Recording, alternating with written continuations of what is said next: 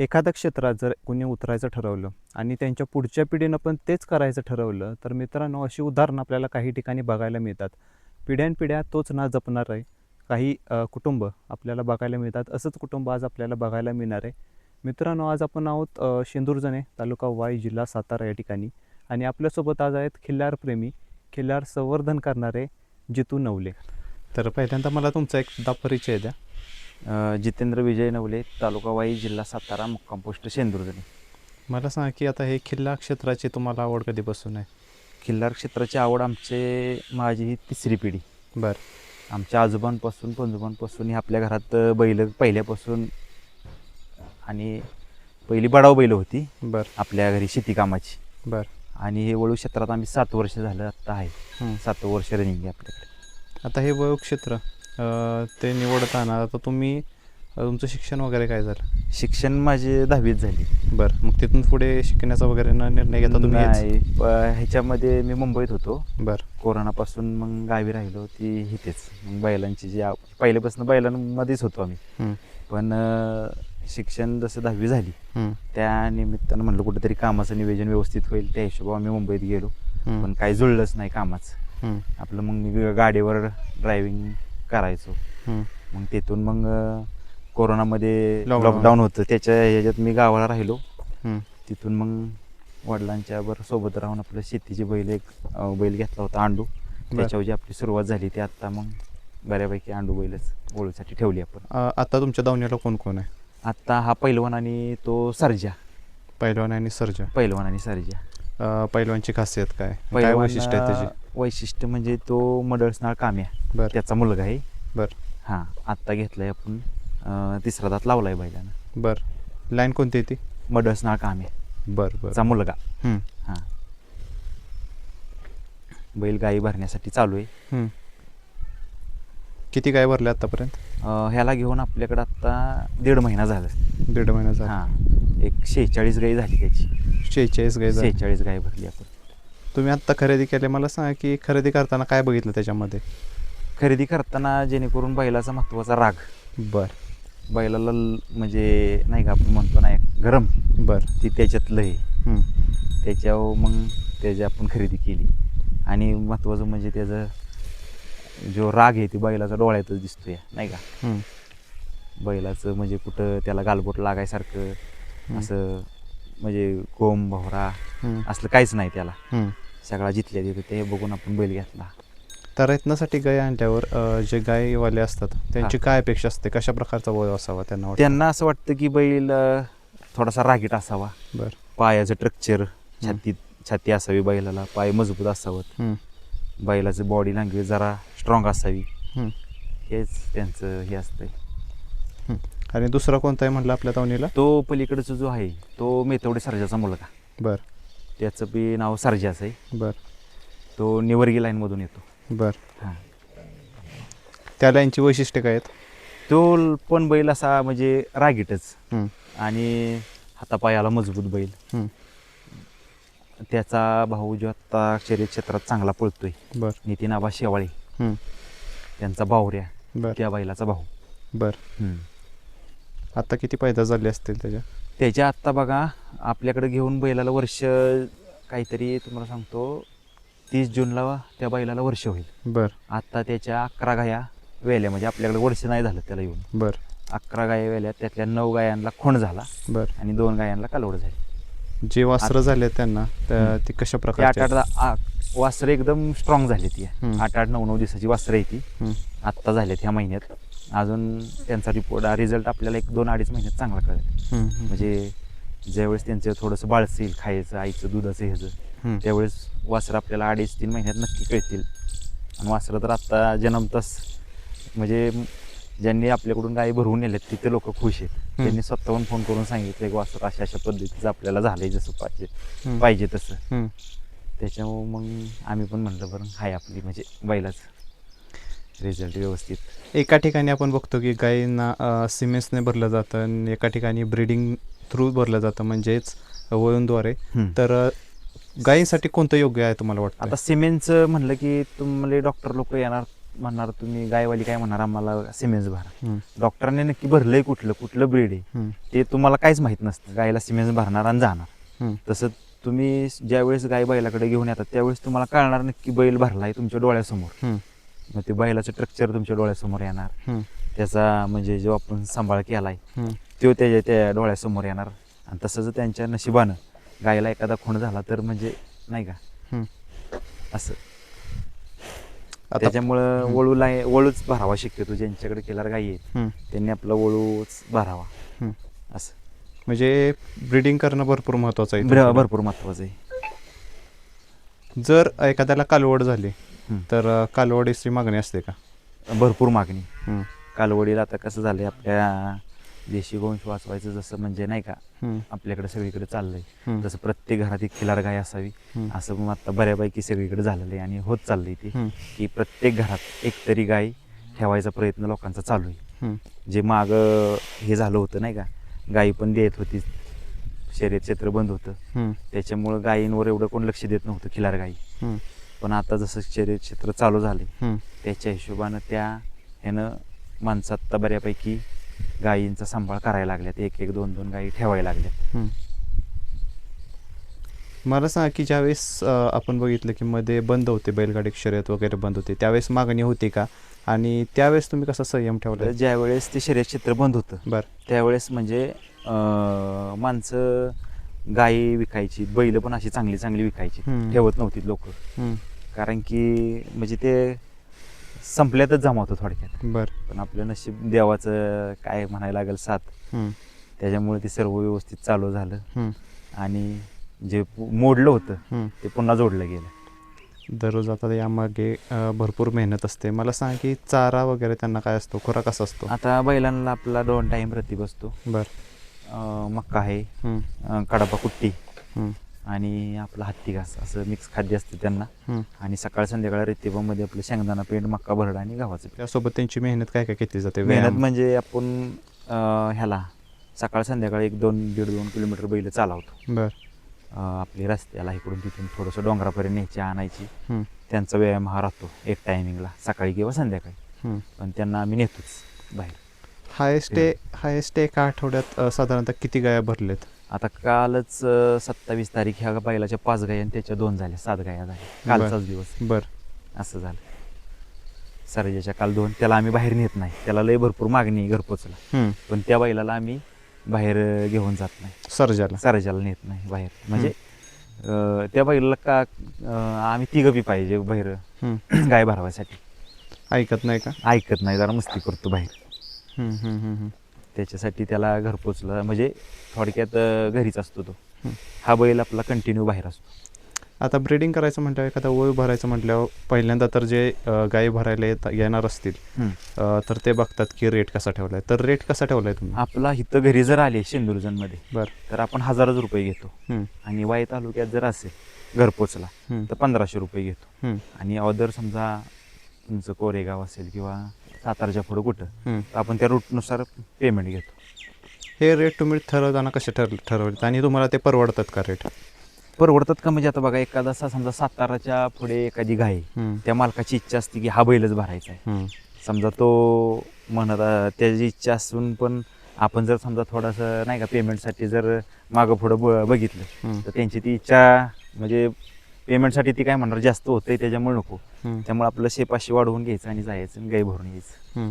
ते काय गाडी भाडं त्यांच्या गायला जे देतात तेच आमच्या बैलाला गाडी भाडं देतात आणि जातो मग आम्ही असं. आता माझ्या माहितीनुसार तुम्ही भरपूर प्रदर्शनं पण करता. हो. मला सांगा की कोणत्या कोणत्या प्रदर्शनात गेला आणि कशी कामगिरी आहे त्यामध्ये? आता आपण ह्याचं 2 प्रदर्शन झालं. कोणाची? ह्या पैलवानचं. बरं. म्हणजे आत्ता त्याला एक 1.5 महिन्यामध्ये. बरं. एक आपण चिमणगावला खेळलो बरं. दुशामध्ये. बरं. तिथं त्या बैलाचा मला ह्या आपल्या बैलाचा 2 नंबर झाला. बरं. आणि कोरेगावमध्ये त्यांनी पहिल्यांदाच मला वाटतं प्रदर्शन भरवलं होतं यंदा. बरं. तर त्या प्रदर्शनात त्याचा दुसऱ्या गटामध्ये 1ला नंबर आला. बरं. हां, ह्या बैलाचा. हम्म. आणि त्याला आपण नेला होता ह्याच्यात आणेवडीमध्ये बरं. सर्जाला. हम्म. तिथं त्याचा 1 नंबर झाला. मेड्यामध्ये त्याचा 2 नंबर झाला. हम्म. आणि पुसेगावमध्ये 3 नंबर झाला होता हम्म. ह्या वर्षी. आताची बक्षिसं भेटतात ती कशी भेटतात आपल्या प्रदर्शनामध्ये? आत्ता बक्षिसं कसं झालंय, जी मोठी आहेत समजा आता पुसेगाव म्हणा, कोरेगाव म्हणा, बर. आपलं चिमणगाव, त्यांनी जे भरवलं होतं ते व्यवस्थित भरवलं होतं, जेणेकरून बैलाचा एका महिन्याचा रतिबाचा खर्च आणि गाडी भाडं मिळेल एवढं तरी त्यांनी केलं होतं. पण ही जी आता बऱ्याच ठिकाणी आता जर आम्ही खेळलो तिथं कसं झालं, 100 रुपये 150 रुपये प्रवेश फी घेतली आणि 200 रुपये बक्षीस दिलं होतं. म्हणजे इतके लांब आपण बैल जातो हौसनं घेऊन, त्याचं पावतीचे पैसे निघत नाही असा विषय. पण जे आत्ता नवीन समजा झालं, आता कोरेगावमध्ये पण झालं बघा, पुसेगावमध्ये होतंय, तुमच्या चिमणगावमध्ये झालं, कटापूरमध्ये झालं, चांगली त्यांनी सुविधा केली होती. वाघावमध्ये झालं होतं, खाली कराडामध्ये चांगलं नियोजन केलं होतं त्या लोकांनी, आयोजकांनी. असं आता प्रदर्शनामध्ये गेल्यानंतर आपल्याला काय फायदा मिळतो? म्हणजे आपण तुम्ही फायदा जसं की म्हणजे- म्हणताय की आपल्याला जे बक्षीस असतं ते कमी भेटतं, पण तिथे गेल्यानंतर आपल्याला फायदा काय म्हणजे कसं होतं, मिळतो? आता आपली ही वळूची बैल आहे. बर. आपण आपल्या समजा एक आपण म्हणतो थोडक्यात जाहिरात, ते आपण घेऊन जातो. पण आता एक शेतकरी घरातला एखादा बैल असला किंवा वासरू असलं, ते जर माणूस तिथे घेऊन आला, त्याचा भले एक नंबर निघतो, त्याला तरी किमान मानधन व्यवस्थित मिळावं. तो कुठं त्याच्या घरापुरता आणि प्रदर्शनापुरताच मर्यादित असतो. पण त्याला जर समजा ते नाही भेटत त्याच्या मनासारखं, तर तो परत पुढल्या वर्षी काय म्हणणार की तिथं जाऊन पण काय होते, आपल्या गाडी भाडं पण निघत नाही, बैलाने एक नंबर केलाय आणि त्याचं हे पण मिळत नाही, काय म्हणतात त्याचा मोबदला. त्याच्यामुळं म्हणजे कंटाळा करणार थोडक्यात. बर. असे आता आपण काय, आपल्याकडे आहेत बैल, आपण काय आता वयस्कर लोक असतात, त्यांना येणं होत नाही आपल्या घरी, त्या भागातली लोक तिथं जमतात प्रदर्शन बघायसाठी, त्यावेळेस तरी आवर्जून बैल बघायला येणार, भाऊ शेंदुरींची बैल आल्यात, ह्या गावची बैल आल्यात, त्यांना तिथं बसून बैल बघायला भेटतात, त्या हिशोब त्यामुळे पण आपण बैल घेऊन जातो. एखादं चांगलं तुम्हाला अभिमानास्पद कोणी कौतुक केलेलं कोणतं सांगाल? आता बऱ्यापैकी सगळीकडं आपलं म्हणजे कसं, तरी पण त्यातून एखादं. काय कोरेगावमध्ये पण झालं होतं व्यवस्थित, काय म्हणजे बोलले होते की बैल तुमचा चांगला आहे, असे बोलले होते तिथले लोक ते सगळे. तिथंच आपण म्हणलं की आपलं आहे, म्हणजे बैलात काहीतरी आहे त्या केलेलाच आपण एवढी मेहनत करतो त्याच्या मागे. आपण समजा घेतला बैल आपल्या ह्याच्यावर, पण त्यानं काहीतरी करून दाखवलं आणि करतोय, ते तिथं कळालं आम्हाला कोरेगावमध्ये. म्हणजे असा फायदा आपल्याला मिळतो. हा.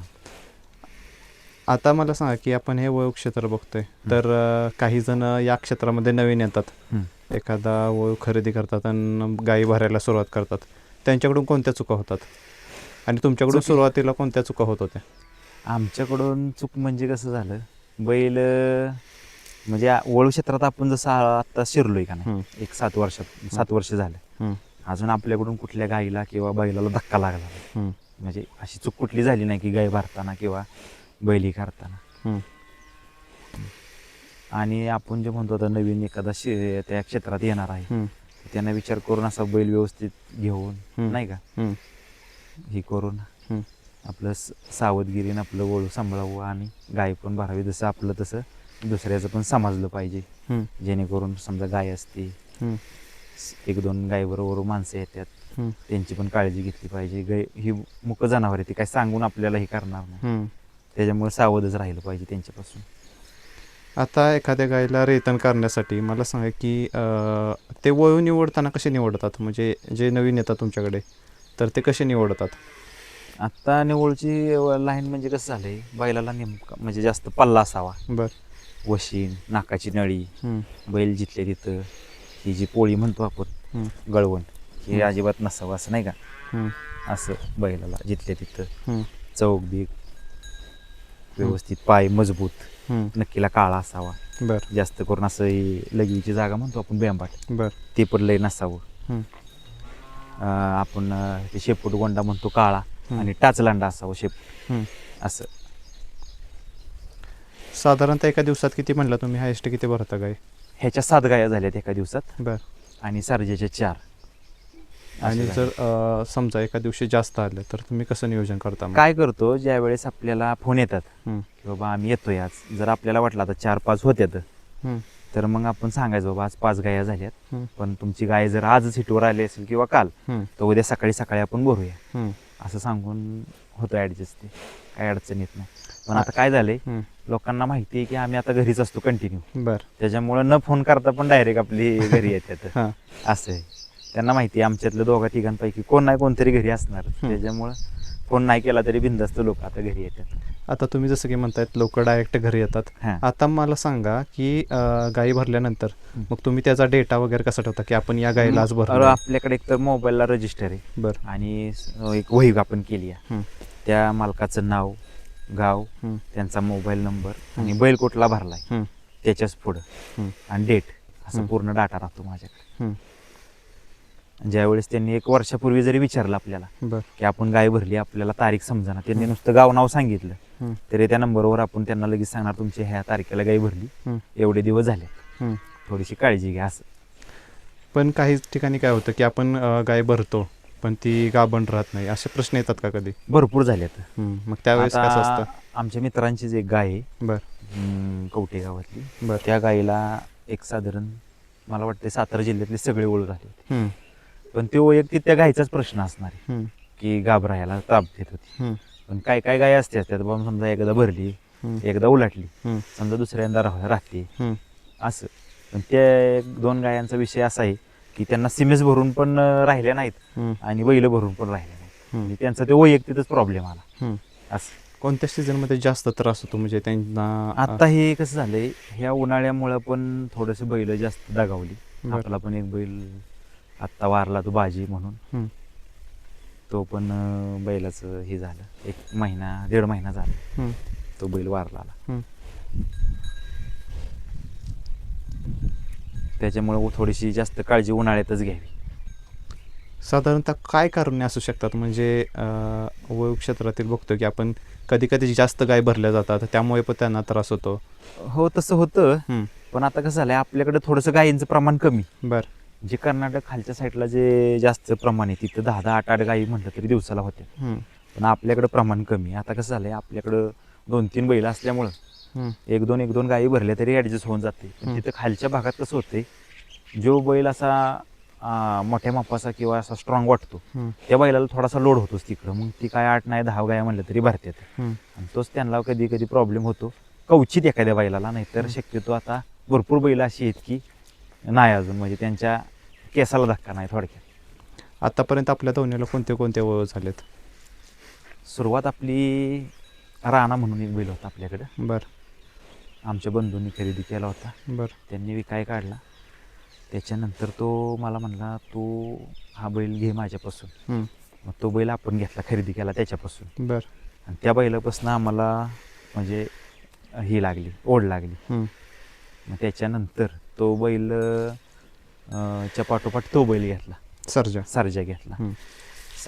सर्जा पैलवान आणि आदत असताना जो आत्ता बाजी वारला, तो आदत असताना घेतला होता, एक 14 महिन्याचा. अशी 3 बैल होती त्याच्या पाठोपाठ 3 ठेवली होती आपण.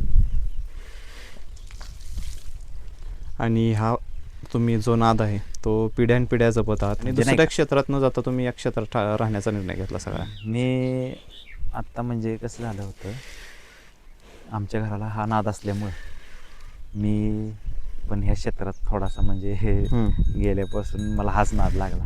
मी एस टी महामंडळाची नोकरी सोडलेली. मला इथं इलेक्ट्रिक बसला वाईमध्ये म्हणजे सिलेक्शन झालं होतं माझं. बरं. महाबळेश्वर स्वारगेट डेपोला. पण त्याची ती नोकरी सोडून मी आपलं ह्याच्यातच शिरलो. घरच्यांचं काय म्हणणं आलं त्यावेळेस? काय नाही म्हणले, जे तुला आहे आवड तर तू कर, काय अडचण नाही. त्यांचा सपोर्ट आहे आपल्याला, त्यांनीच त्यांचाच सपोर्ट आहे, त्याच्यामुळे तर आपलं आहे.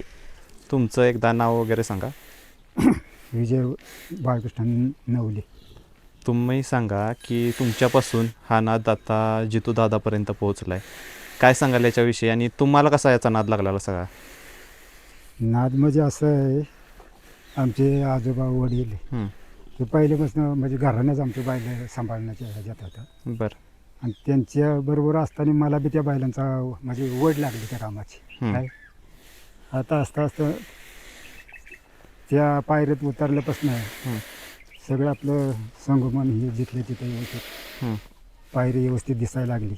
काय आणि त्या थिरीच आम्ही आपलं ही चालू ठेवलेले.